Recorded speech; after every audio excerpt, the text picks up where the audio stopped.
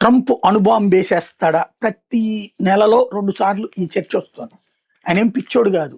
అణుబాంబు వేస్తే చివరికి ప్రపంచ పిచ్చోళ్ళ సంఘానికి ప్రెసిడెంట్ అవుతాడు. అమెరికా తన జీవితంలో మొదటిసారి వేసింది రెండవ ప్రపంచ యుద్ధ సందర్భంలో నాగసాకి, హిరోషిమాల మీద వేసిన అణుబాంబే అతి పెద్దదైనటువంటిది. ఆ 2 నగరాలు జరిగినటువంటి తీరు ఇప్పటికి కూడా అక్కడ ఉన్నటువంటి ప్రకృతి పరిస్థితి చూశాక అణుబాంబు కాదు కదా, యురేనియం కొంచెం ఉన్నా డేంజర్ అనే పరిస్థితి ప్రపంచంలో ఉన్న ప్రతి పాలకుడికి తెలుసు, ప్రతి శాస్త్రవేత్తకి తెలుసు. అలాంటిది అమెరికా అధ్యక్షుడు ట్రంపే అణుబాంబు వెయ్యమని ఆదేశించినా అక్కడ సైన్యం వెయ్యనియ్యదు కూడా. అవసరమైతే ట్రంప్ మాటల్ని నిర్మోహమాటంగా తోసిపుచ్చుతా, కావాలంటే నువ్వు పార్లమెంట్లో పర్మిషన్ తీసుకో అని చెప్తుంది. ట్రంప్ ఆదేశాల మేరకు అణుబాంబు వేసేయదు. అమెరికాకి ముప్పు వాటిల్లినప్పుడు మాత్రం అణుబాంబు వాడాలని రూల్ ఉంది.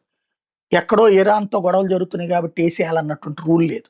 కాబట్టి అణుబాంబు తీయటం, వెయ్యటం అన్నటువంటి ట్రంప్ ఒక్కడి చేతిలో లేదు.